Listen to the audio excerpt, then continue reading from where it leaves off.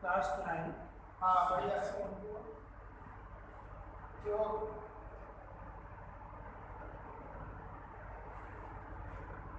आज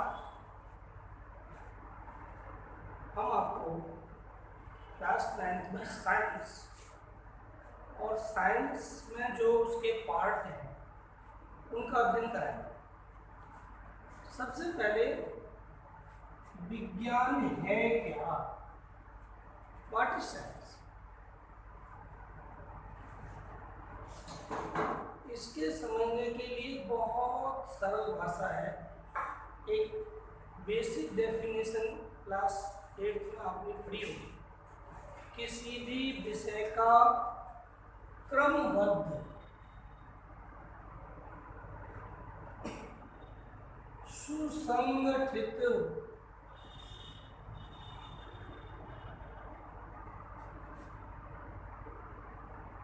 विशेष ज्ञान, इसको क्या कहते हैं? विशेष ज्ञान को विज्ञान।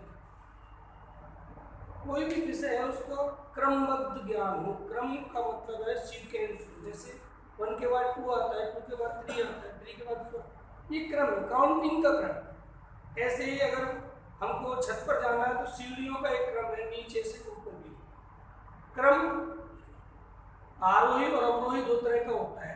तो उसी में किसी भी विषय का क्रमबद्ध सुसंगठित, संगठित का मतलब है ऐसा संगठन जिसमें एक ही जैसी बातें एक ही विषय पर या एक ही वस्तु का एक बार में अध्ययन किया जाए, वो उसका संगठन है। और विशेष का मतलब है उसका बारीकी से अध्ययन, उसमें उसके गुण अवगुण और उससे होने वाले लाभ हानि, ये सारी बातों को ध्यान में रखते हुए जो ज्ञान प्राप्त किया जाता है उस ज्ञान का नाम है विज्ञान। एक तो ये परिभाषा आपने पढ़ी है। एक और आजकल बहुत ज्यादा प्रचलित है वो परिभाषा है प्रकृति में होने वाली घटनाएं। प्रकृति में होने वाली घटनाएं, इन घटनाओं का अध्ययन हम जिसमें करते हैं उसे विज्ञान कहते हैं। प्रकृति में कोई भी घटना घटित हो रही है, उस घटना क्यों हो रही है, कैसे हो रही है, इसका अध्ययन हम जिसमें करेंगे उसी को क्या कहेंगे? विज्ञान कहेंगे। जैसे सूर्य आपको पूर्व में निकलता हुआ दिखाई देता है और पश्चिम में अस्त होते हुए दिखाई देता है, क्या वास्तव में सूर्य निकलता है या अस्त होता है? तो इसका अध्ययन हम जिसमें करेंगे वही क्या है? वो विज्ञान। सूर्य न निकलता है न अस्त होता है, वास्तव में पृथ्वी उसके चारों ओर घूम रही है। तो पृथ्वी जो घूम रही है उसका अध्ययन करना है। ऐसी और बहुत सारी घटनाएं। सूर्य के निकलने के बाद प्रकाश आता है पृथ्वी पर, जिससे वस्तुएं दिखाई देती हैं। कभी वस्तु दिखाई देती है, कभी नहीं भी दिखाई देती है, कोई वस्तु सामने रखी हो। ऐसी बहुत सारी घटनाएं होती। बहुत छोटा सा बीज होता है, वो जमीन में उगाता है, उससे बहुत विशाल वृक्ष बन जाता है।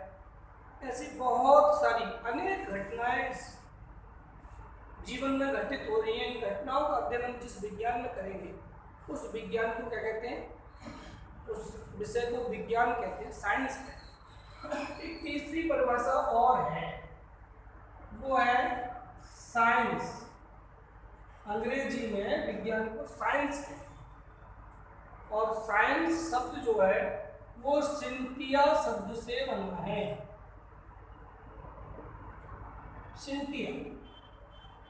सिंथिया का अर्थ होता है जानना। होता है जानना।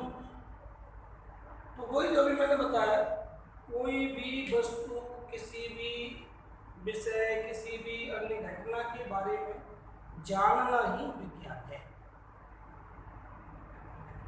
और एक वास्तव में जो विज्ञान की आधुनिक परिभाषा है वो ये है कि प्रयोगों के आधार पर किसी भी विषय का अध्ययन। विज्ञान की जो वास्तविक नींव है वो प्रयोग है।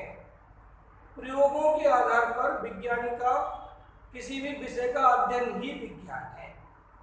परीक्षण और प्रयोग, प्रयोग किया, उसमें परीक्षण क्या आया, क्या रिजल्ट आया, क्या उससे संभावना हुई, इसका अध्ययन हुआ वही विज्ञान। बिना प्रयोग के विज्ञान अधूरा है। विज्ञान का ज्ञान वास्तव में प्रयोगों पर ही आधारित है, प्रयोग और परीक्षण। और ये प्रयोग और परीक्षण आते कहाँ से? परिकल्पना से आते हैं। परिकल्पना क्या होती है? कि कोई भी घटना के बारे में हमारे अपने विचार कि इसके कारण ऐसा होता है, इसे परिकल्पना कहते हैं। अगर वही परिकल्पना प्रयोग और परीक्षण के आधार पर बार बार सत्य सिद्ध होती है तो वही विज्ञान में आगे चल के क्या बन जाता है? सिद्धांत बन जाता है। क्या बन जाता है? सिद्धांत। तो ये विज्ञान की 3 परिभाषाएं मैंने आपको बताई। पहली परिभाषा, किसी भी विषय का क्रमबद्ध सुसंगठित विशेष ज्ञान को ही विज्ञान कहते हैं। दूसरी परिभाषा कि प्रकृति में जो होने वाली घटनाएं, उन घटनाओं का अध्ययन ही विज्ञान है। और तीसरी परिभाषा साइंस शब्द सिंटिया से बना है, जिसका अर्थ है जानना। तो किसी भी घटना, व्यक्ति, वस्तु आदि के बारे में जानना ही विज्ञान है। और लास्ट में मैंने जो आधुनिक परिभाषा है वो सबसे ज़्यादा महत्वपूर्ण है, विज्ञान को समझने की नींव है।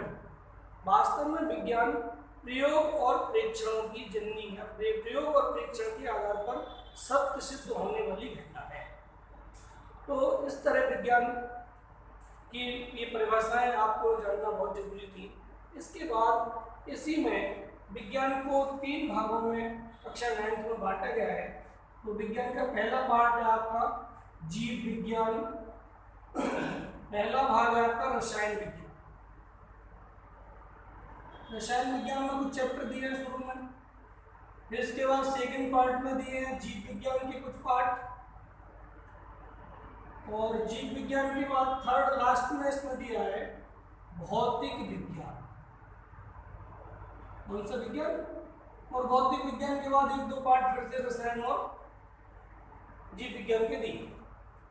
तो इस चैप्टरों के क्रम में सबसे पहले रसायन विज्ञान क्या है ये समझना है, फिर जीव विज्ञान क्या है ये समझना है, फिर भौतिक विज्ञान क्या है ये समझना। किसी भी तत्व के गुणों का अध्ययन करना, द्रव्य के गुणों का अध्ययन करना, ये कहलाता है रसायन विज्ञान। किसी भी जो भी हमारे पास तत्व ज्ञात हैं, जो भी हमारे पास पदार्थ ज्ञात हैं, जो भी हमारे पास रस है, उन पदार्थों के आंतरिक गुणों का, बाह्य गुणों का अध्ययन करना ही, नए पदार्थों का बनना ही ये रसायन विज्ञान है। जीवों का अध्ययन करना, सजीव निर्जीव 2 तरह की आपने वस्तुएं पढ़ी हैं, तो उसी में जीवित वस्तुओं का अध्ययन, जीवों का अध्ययन जिस विज्ञान में करते हैं वो विज्ञान जीव विज्ञान है। और जीव विज्ञान का एक पार्ट आप लोगों ने वीडियो के माध्यम से दूसरी सर ने उन्होंने पढ़ाया, उसके माध्यम से हमने पढ़ा भी। अब मैं आता हूँ, मुझे आपको वास्तव में पढ़ाना है भौतिक विज्ञान। क्या पढ़ाना है? भौतिक विज्ञान। ये भौतिक विज्ञान क्या है? ये भौतिक विज्ञान को अंग्रेजी में कहते हैं फिजिक्स। भौतिक विज्ञान, भौतिक विज्ञान की परिभाषा बहुत सरल है, विज्ञान की वह शाखा। वास्तव में विज्ञान का भाग है, ये अलग विज्ञान नहीं, विज्ञान का ही एक भाग है। विज्ञान की वह शाखा जिसमें द्रव्य और ऊर्जा, इन दोनों की अन्योन्य क्रियाओं, कौन सी क्रियाएं? अन्योन्य क्रियाओं का अध्ययन किया जाता है, उस विज्ञान को क्या कहते हैं? भौतिक विज्ञान कहते हैं। किस किस का? द्रव्य, कोई मैटर और एनर्जी, इन दोनों की अन्योन्य क्रियाओं से जो कुछ नया परिणाम होगा, जो कुछ नया बनेगा, उसका अध्ययन ही क्या है? भौतिक विज्ञान है। भौतिक विज्ञान को अंग्रेजी में फिजिक्स कहते हैं, PHYSICS, फिजिक्स। ये फिजिक्स क्या है? फिजिक्स वास्तव में फ्यूसिस शब्द से बना है, जिसका अर्थ होता है प्रकृति।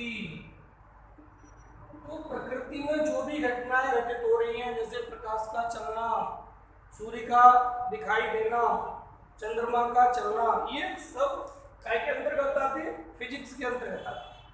तो प्रकृति में जो घटनाएं हो रही हैं, उन घटनाओं का अध्ययन ही क्या है? फिजिक्स है। प्रकृति का अध्ययन ही फिजिक्स है। तो ये फिजिक्स वास्तव में क्या है? वास्तव में ये द्रव्य और ऊर्जा का अध्ययन है।